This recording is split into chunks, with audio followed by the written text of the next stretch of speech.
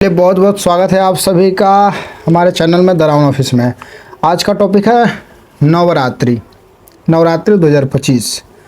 तो इस बार माता का जो आगमन है वो है हाथी से आगमन है। तो क्या फल होता है वो बताते हैं आपको। और माता का गमन जो है वो है नर से, नरवाहना।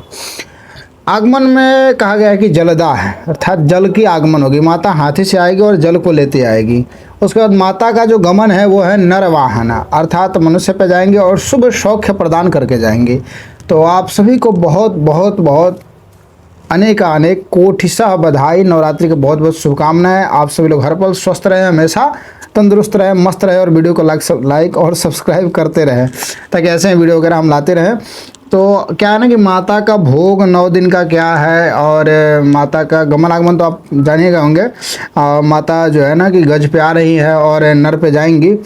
माता का भोग का बात कर दे तो सबसे पहले इस बार वैसे भी नवरात्रि जो है 11 दिन का है, तो इस बार माता काफ़ी ज़्यादा दिन रहेंगी। तो सबसे पहले माता प्रथमं शैलपुत्री च, द्वितीयं ब्रह्मचारिणी, तृतीयं चंद्रघंटेति, कुष्मांडेति, चतुर्थकं पंचमस्कंदमातेति, षष्ठम कात्यायनीति च, सप्तमं कालरात्रिति, महागौरीति चाष्टमं, नवमं सिद्धिदात्री च। अर्थात नव दुर्गा प्रकृति, ये नव देवी है। पहले का दिन शैलपुत्री माता का पूजन होता है और प्रथम दिन सबसे पहले माता का गाय का जो है ना गाय का घी का भोग लगेगा प्रथम दिन। द्वितीय दिन मिश्री का भोग लगा दीजिए।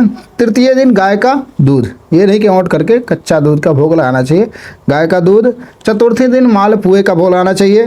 पंचमी के दिन केला का भोग लगाना चाहिए। षष्ठी को मधु का भोग लगाना चाहिए। सप्तमी को गुड़ का भोग लगाना चाहिए। अष्टमी को नारियल का भोग लगाना चाहिए। दशमी को आपको अष्टमी को नारियल का भोग लगाना चाहिए। नवमी को धान का लावा और दसवीं को काला तिल का लड्डू बना करके चढ़ाना चाहिए। तो दसवीं, तो ये 10 हो गया।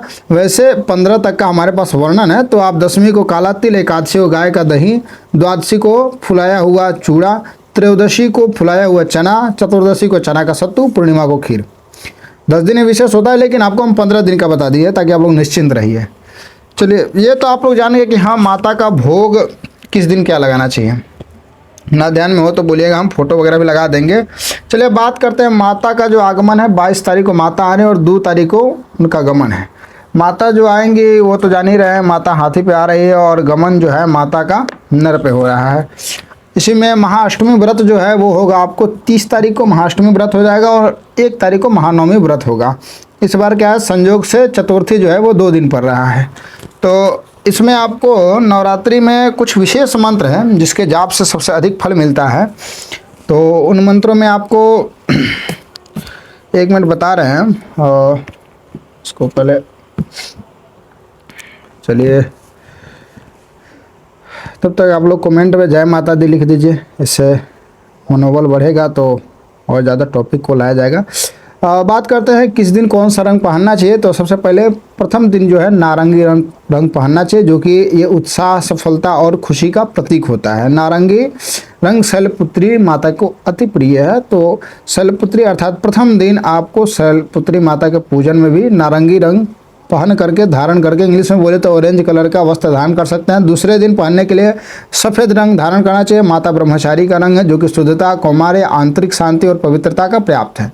ना सफ़ेद पहन सकते कोई बात नहीं, लाल भी पहनिए, पीला भी चलेगा। मतलब एक रंग आपको हम बता दे रहे हैं जो कि आप धारण कर सकते हैं। तृतीय दिन माता चंद्रघंटा का पूजन होता है, जिस दिन आपको तीसरे दिन भक्तों को मतलब जुनून के द्वारा निडरता और कामुकता के लिए लाल रंग धारण करना चाहिए।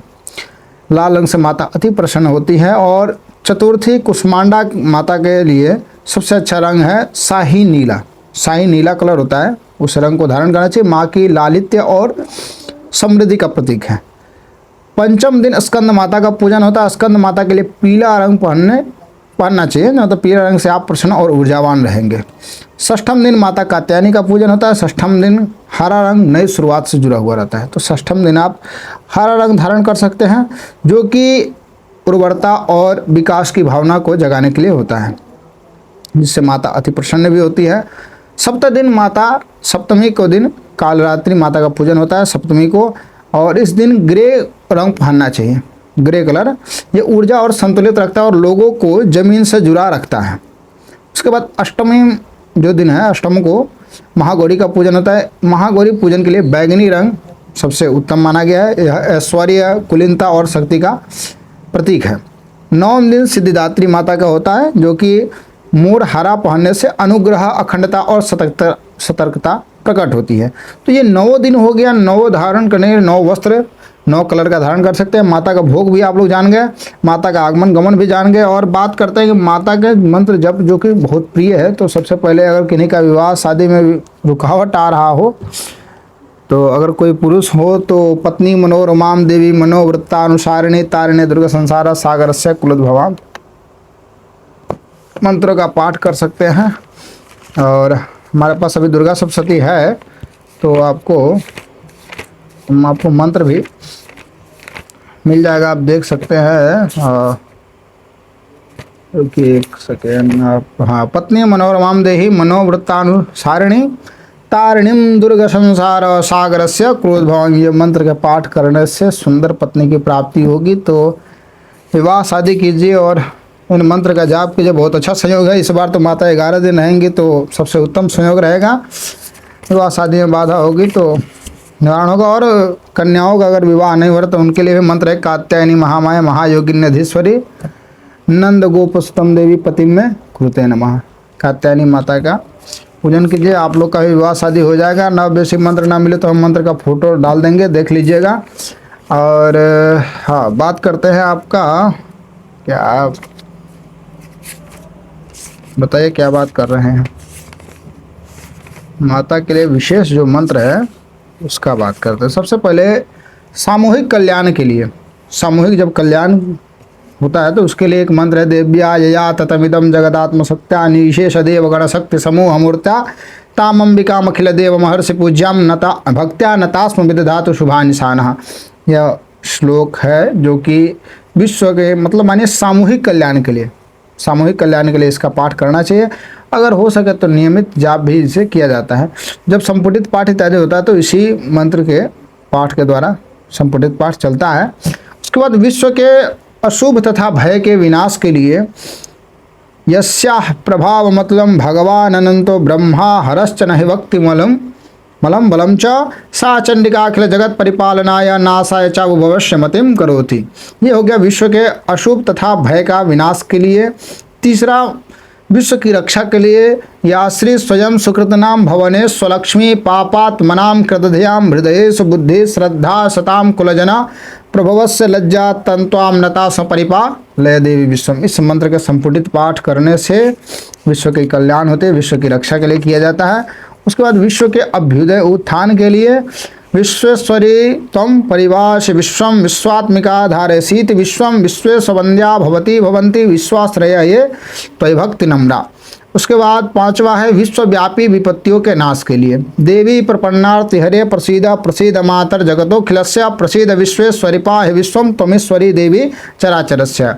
उसके बाद है विश्व के पाप ताप निवारण के लिए देवी प्रसीद परिपालयनोरिभीते नृत्यम यथा सुरवधा दधुनैव सद्यः पापानि सर्वजगतां प्रशमं नयासु उत्पात पाक जनितांश्च महो पशरगान। यह मंत्र से विश्व के पाप ताप निवारण के लिए किया जाता है। उसके बाद है विपत्ति नाश के लिए। अब आइए यहाँ पे विपत्ति नाश के लिए, अब ये सब जो है ना अपने स्वयं के लिए है, वो है विपत्ति नाश के लिए शरणागत दीनार्थ परित्राण परायणे सर्वस्याति हरे देवी नारायणी नमोस्तुते।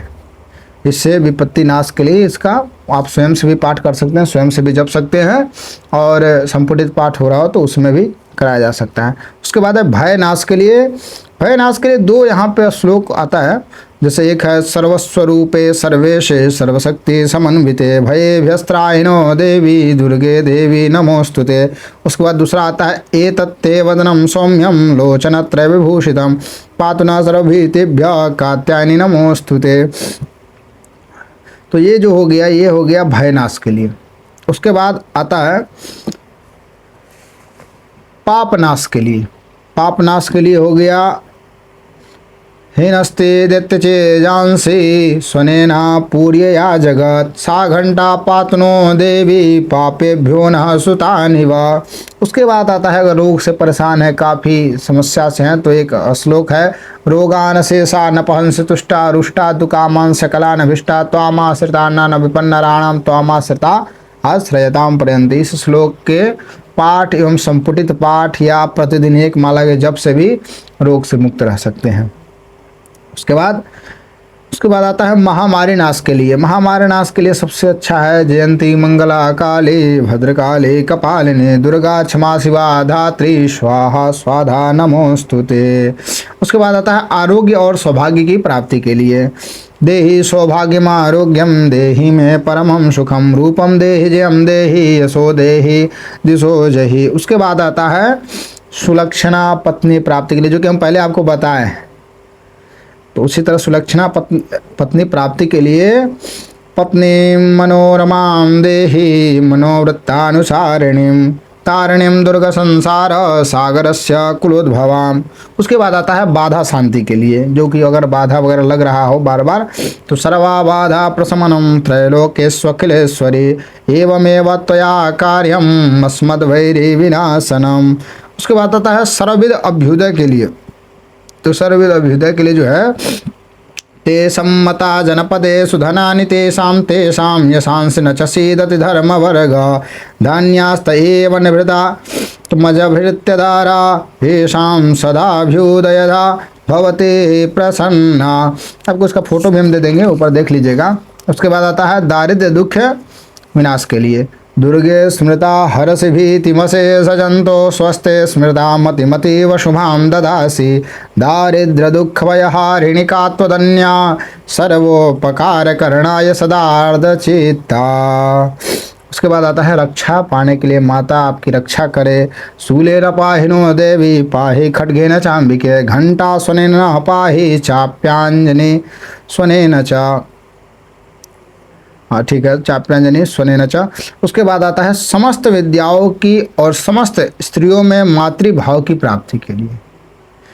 यह है विद्या समस्तास्तव देवी भेदा स्त्रिया समस्ता शकला जगत्सु त्वयैकया पूरितमव्येतत् काते स्तुतिस्तव्य परा परोक्ति। उसके बाद आता है सब प्रकार के कल्याण के लिए। सर्वमंगल मांगल्ये शिवे सर्वार्थ साधिके शरण्ये त्र्यंबके गौरी नारायणी नमोस्तुते। यहाँ पे जो है ना, यहाँ पे सर्वमंगल मंगल्य लिखा हुआ है, मतलब सभी मंगल को कीजिए और मंगल को हरिए। इस तरह से सर्वमंगल मांगल्य होगा। शिवे सर्वार्थ साधिके शरण्ये त्र्यंबके गौरी नारायणी नमोस्तुते। उसके बाद आता है शक्ति प्राप्ति के लिए। सृष्टि स्थिति विनाशानां शक्तिभूते सनातनी गुणाश्रये गुणमये देवी नारायणी नमोस्तुते। उसके बाद आता है प्रसन्नता प्राप्ति के लिए। प्रणतां प्रसीद त्वं देवी विश्वतिहारिणी त्रैलोक्यवासिनी त्रैलोक्यवासिनामीडे लोकानां वरदा भव। उसके बाद आता है विविध उपद्रवों से बचाने के लिए, अर्थात उपद्रव ज़्यादा आपके ऊपर हो रहा है तो बचने के लिए है, जो कि है रक्षांस यत्रोग्य विशाश्च नागा यत्रारयोर्दस्यु बलानि यत्र दावानलो यत्र तथाब्धि मध्ये तत्र स्थिता तं परिपाहसि विश्वम्। उसके बाद आता है बाधा मुक्ति हो करके, मतलब बाधा से मुक्त हो करके धन पुत्र आदि प्राप्ति के लिए, जो आता है कि सर्वा बाधा विनिर्मुक्तो धन धान्य सुतान्वितः मनुष्यो मत प्रसादेन भविष्यति न संशयः। अर्थात सभी बाधाओं से हमको मुक्त कीजिए और धन धान्य सुत अर्थात पुत्र की प्राप्ति कराइए, और मनुष्यो मत प्रसादेन भविष्यति न, हमको भविष्य में कोई संशय नहीं है। तो अर्थ तो बहुत सारा बाद में भी हम करेंगे, अभी श्लोक को समझ लीजिए। उसके बाद आता है भुक्ति मुक्ति की प्राप्ति के लिए। विधेहि देवी कल्याणम विधेहि परमाश्रियम रूपम देहि जयम देहि यशो देहि दिशो देहि। उसके बाद आता है पाप नाश तथा भक्ति की प्राप्ति के लिए। नतेभ्यः सर्वदा भक्त्या चंडिके दुरितापहे नतेभ्यः फिर वही दोबारा चल रहा है। नतेभ्यः सर्वदा भक्त्या चंडिके दुरितापहे रूपम देहि जयम देहि यशो देहि दिशो जहि। उसके बाद आता है स्वर्ग और मोक्ष प्राप्ति के लिए। स्वर्ग और मोक्ष प्राप्ति के लिए सर्वभूता यदा देवी स्वर्ग मुक्ति प्रदायिनी त्वं स्तुतास्तुते का वा भवन्तु परमोक्तयः। उसके बाद आता है स्वर्ग और मुक्ति के लिए।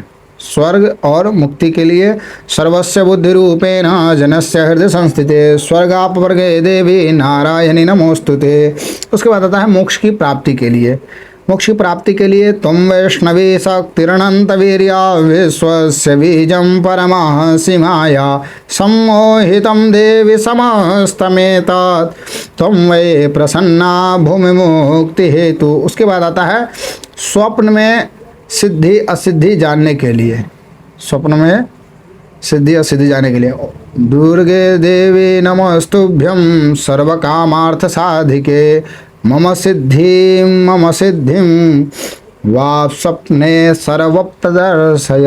ये तो हमको लगता है कहीं और का भी श्लोक लग सकता है। दुर्गे देवी नमस्तुभ्यं सर्वकामार्थ साधिके मम सिद्धिं, अगर मम सिद्धि बोले तब मम सिद्धिं फिर होगा मम सिद्धिं वा स्वप्ने सर्व प्रदर्शित। उसको हम आपको देखिएगा पीछे आ जाएगा या कहीं पर फोटो वगैरह में आपको मिल जाएगा, भेज देंगे। तो ये कुछ मंत्र हो गया जो कि जिसको आप नवरात्रि में अपने विशेष कामना से कर सकते हैं या संपुटित पाठ वगैरह करा रहे हो तो उसमें भी कर सकते हैं। तो आप लोग को बता दें, जहाँ तक कि अगर कोई और चीज़ संशय हो मन में तो हमको बता दीजिएगा, हम उसके ऊपर वीडियो बना कर डाल देंगे, क्योंकि वैसे भी नवरात्रि वगैरह चलने वाला है, प्रारंभ होने वाला है। और आप सभी के लिए एक गुड न्यूज़ है, एक सबसे अच्छा न्यूज़ ये है जो कि आपको नवरात्रि में 13 अध्याय जो है दुर्गा सप्तशती हिंदी में, हर एक अध्याय हिंदी में कथा आपको प्राप्त होगा। तो आप लोग चैनल को सब्सक्राइब कर लीजिए। अगला वीडियो जो आएगा वो प्रथम अध्याय के ऊपर कथा के ऊपर आएगा। सब चीज़ को श्रवण कीजिएगा, बने रहिए। और आप सभी को बहुत बहुत धन्यवाद। आप सभी लोग काफ़ी प्रेम के साथ हमारे चैनल में बने हैं। चलिए मिलते हैं आप लोगों से अगली वीडियो में। हर हर महादेव, जय माता दी। मिलते हैं अगली वीडियो में। धन्यवाद।